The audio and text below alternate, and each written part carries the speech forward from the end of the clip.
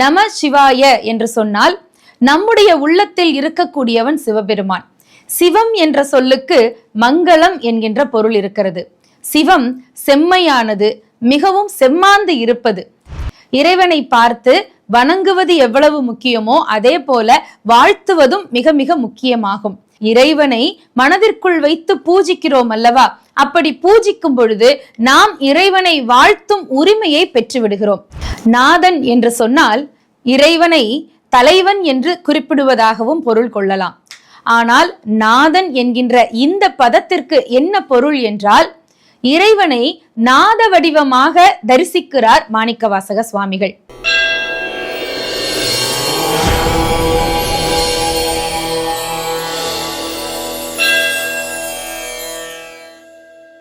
தெய்வத்தமிழ் TV நேயர்கள் அனைவருக்கும் அன்பு வணக்கம். மாணிக்கவாசக சுவாமிகள் அருளி இருக்கும் சிவபுராணம், அதனுடைய தொடக்கம் எப்படி இருக்கிறது? நமச்சிவாய வாழ்க, நாதன் தாள் வாழ்க. நமச்சிவாய சிவபெருமானுடைய பஞ்சாட்சர மந்திரம். பஞ்சம் என்று சொன்னால் இந்த இடத்திலே 5 என்கின்ற பொருளை குறிக்கிறது. உலகமே பஞ்சபூதங்களால் ஆனது. உலகத்தின் மனிதர்களும் சரி, அதில் வாழும் மற்ற விலங்கினங்களும், அந்த உடம்புக்குள்ளேயும் பஞ்ச இந்திரியங்கள் என்பவை இருக்கின்றன. அப்படி 5 என்கின்ற அந்த எண்ணிற்குள் இந்த பிரபஞ்சத்தை அடக்கிவிடலாம். 5 என்றால் அஞ்சுதல் என்ற பல பொருளையும் பல பேர் எடுத்துக்கொள்வது உண்டு. ஆம், அஞ்சுதல் அதாவது பயப்படுதல். யார் எதற்கு பயப்பட வேண்டும்? யார் எப்பொழுது இறைவனை பற்றி சிந்திக்காமல் இறைவனுடைய நாமத்தை மறந்து தான் என்கின்ற ஆணவத்தோடு வாழ்கின்றானோ அந்த மனிதனுக்குத்தான் உலகத்தில் பயம் என்பது வேண்டும். ஆனால் எல்லாவற்றையும் இறைவனிடம் சரணாகதியாக கொடுத்து விட்ட நமக்கு பயம் என்பதே இருக்கக்கூடாது. நம சிவாய என்று சொன்னால் நம்முடைய உள்ளத்தில் இருக்கக்கூடியவன் சிவபெருமான். சிவம் என்ற சொல்லுக்கு மங்களம் என்கின்ற பொருள் இருக்கிறது. சிவம் செம்மையானது, மிகவும் செம்மாந்து இருப்பது. உலகத்தினுடைய அத்தனை மங்கள வாழ்க்கையையும் அருளக்கூடியவன் சிவபெருமான். அந்த நமச்சிவாயத்தை வணங்குவோம் என்று சொல்லி ஆரம்பிக்கிறார் இந்த பாடலை. அதிலும் வணங்குவது மட்டுமல்ல, நமச்சிவாய வாழ்க என்றே குறிப்பிடுகிறார். இந்த இடத்தில் சில பேருக்கு சில சந்தேகம் ஏற்படும். அதாவது, இறைவனை பார்த்து வாழ்க என்று சொல்லலாமா என்று. தாராளமாக சொல்லலாம். இறைவனை பார்த்து வணங்குவது எவ்வளவு முக்கியமோ அதே போல வாழ்த்துவதும் மிக மிக முக்கியமாகும். ஏனென்றால் இறைவனை வாழ்த்துவதற்கு நாம் என்ன இறைவனை விட பெரியவனா என்று யோசிக்க கூடும். ஆனால் இறைவனை விட நாம் பெரியவர்கள் என்று இந்த இடத்தில் பொருள் அல்ல. இறைவனை மனதிற்குள் வைத்து பூஜிக்கிறோம் அல்லவா?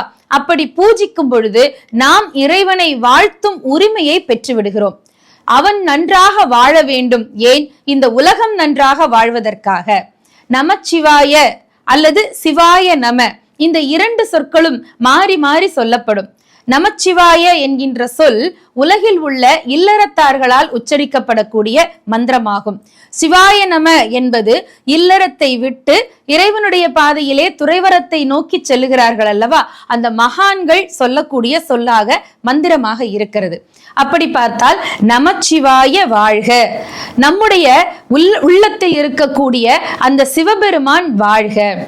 இந்த உலகத்தை படைத்து பரிபாலனம் செய்து அழித்து காப்பாற்றக்கூடிய அந்த இறைவன் வாழ்க என்று சொல்லி முதலிலே தன்னுடைய சிவபுராணத்தை தொடங்குகிறார் மாணிக்கவாசக சுவாமிகள்.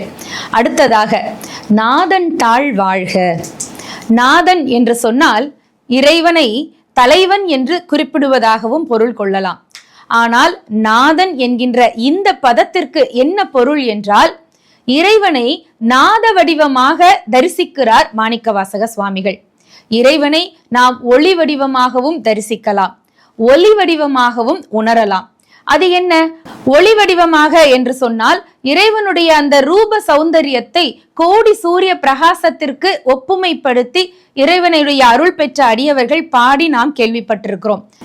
இறைவனை ஒளி வடிவமாக தரிசிப்பது என்பது மிகவும் நுட்பமான ஒன்று. இந்த பிரபஞ்சத்தில் ஒளி என்பது எப்போதும் எங்கேயும் நிறைந்தே இருக்கும். அமைதியான ஒரு அறை என்று நாம் நினைத்து கொண்டிருப்போம். ஆனால் அந்த அறையிலும் நம்மால் கேட்க முடியாத சில ஒலி கற்றைகள் அங்கே பயணம் செய்து கொண்டேதான் இருக்கும்.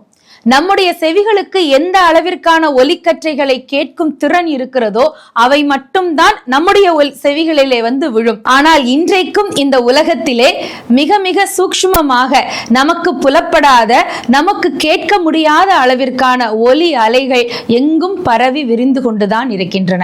உதாரணத்திற்கு சில திரைப்படங்களில் கூட பார்ப்போமே, நாம் செடி கொடிகள் கூட ஒன்றுக்கொன்று பேசிக் கொள்கின்றன என்று. அவை பார்ப்பதற்கு அமைதியாக இருப்பது போலத்தான் இருக்கும். ஆனால் அவைகளுக்குள்ளே ஒரு சம்பாஷணை மௌன மொழியாக அங்கே நடந்து கொண்டேதான் இருக்கிறது. அப்படி இந்த ஒலி என்பது மிக மிக நுட்பமான ஒன்று. நம்முடைய வாயிலிருந்து வரக்கூடிய சொற்கள் அது ஒரு வரிசையாக ஒரு முறைப்படி நல்ல தேர்ந்தெடுத்த அர்த்தமான சொற்களோடு சேர்ந்து வந்தால் அது நல்ல பேச்சாக அமையும். அதே நேரத்திலே எந்தவித பொருளும் இல்லாமல் கேட்கக்கூடிய ஒலிக்கு ஓசை என்கின்ற ஒரு சொல் தமிழிலே இருக்கிறது. உதாரணத்திற்கு கடலிலே அலைகள் எழக்கூடிய ஓசை. அந்த அலைக்கு பொருள் சொல்ல முடியுமா என்று கேட்டால் நமக்கு தெரியாது. ஆனால் அந்த ஓசைக்கு ஏதோ ஒரு ரிதம் இருக்கத்தான் இருக்கிறது. அதன்படி நாம் கேட்டு கேட்டு கேட்டு அந்த ஓசையை அதனை நாம் ரசிக்கின்றோம். இப்படி உலகத்தின் அனைத்து பொருள்களிலுமே ஓசை என்பது உள்ளுக்குள்ளே அடங்கியேதான் இருக்கிறது. அந்த ஓசையின் வடிவமாக விளங்கக்கூடியவன் இறைவன். ஓம் என்கின்ற பிரணவ மந்திரம். இந்த ஓம் என்கின்ற பிரணவ மந்திரத்தை ஆ ஊ இம் என்றுதான் முறைப்படி உச்சரிக்கிறார்கள்.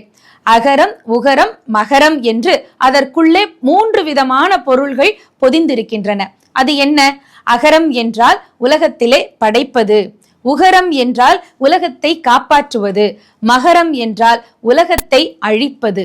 இந்த 3 தொழில்களும் மிக மிக முக்கியமானவை. இந்த ஓம் என்கின்ற பிரணவ மந்திரத்திற்குள்ளே இந்த 3 செயல்களும் உள்ளே அடங்கி இருக்கின்றன என்று பார்த்தால் சொல் மிக மிக வலிமையானது. அந்த சொல்லுக்கு இருக்கக்கூடிய ஒலி அதிர்வலை, அந்த ஒலி அதிர்வலையை முறைப்படுத்தி சொல்லுவதுதான் மந்திரம் என்கின்ற திருப்பெயரை பெறுகிறது. வேத மந்திரங்கள் என்று சொன்னால் அந்த வேத மந்திரங்களுக்கு எழுதா கிளவி என்கின்ற ஒரு பெயர் இருக்கிறது. எழுதா கிளவி என்று சொன்னால் யாராலும் ஓலைச்சுவடியிலோ அல்லது எழுத்தாணியை கொண்டோ கல்லின் மீதோ வேறு எதன் மீதோ எழுதாமல் ஓதி ஓதி ஓதி ஒருவருக்கொருவர் அது சொல்லப்பட்டது அல்லது போதிக்கப்பட்டது என்பதுதான் வேத மந்திரங்களுடைய மிகப்பெரிய பெருமையாகும். அப்படி சொல்லப்படக்கூடிய அந்த சொல்லின் அல்லது மந்திரத்தின் ஒலி அதிர்வலைகளுடைய ஏற்ற இறக்கம் அதற்கான நிறைய பலாபலன்களை நமக்கு தரும். மனிதர்கள் நாம் உச்சரிக்கக்கூடிய இந்த சொற்களுக்கும் மந்திரங்களுக்கும் பாராயணம் செய்யக்கூடிய வேத மந்திரங்களுக்கும் மிகப்பெரிய ஆற்றல்கள் உள்ளுக்குள்ளே இருக்கின்றன. அந்த ஆற்றல்களுக்கெல்லாம் அதிதேவதையாக விளங்கக்கூடியவன் சிவபெருமான். இத்தனை பொருளையும் சேர்த்ததுதான் நாதன் தாழ்வாழ்க என்று. நாதனுடைய தாழ்வாழ்க என்று ஏன் குறிப்பிடுகிறார் என்றால், இந்த பிரபஞ்சம் இறைவனுடைய பாதத்திலே இருந்துதான் தொடங்கியது. இதனுடைய அந்த யுகங்கள் எல்லாம் முடிவு பெற்ற பிறகு பிரளய காலத்திற்கு பின்பு மீண்டும் அது சென்று ஒடுங்கும் இடமும் இறைவனுடைய பாதம்தான்.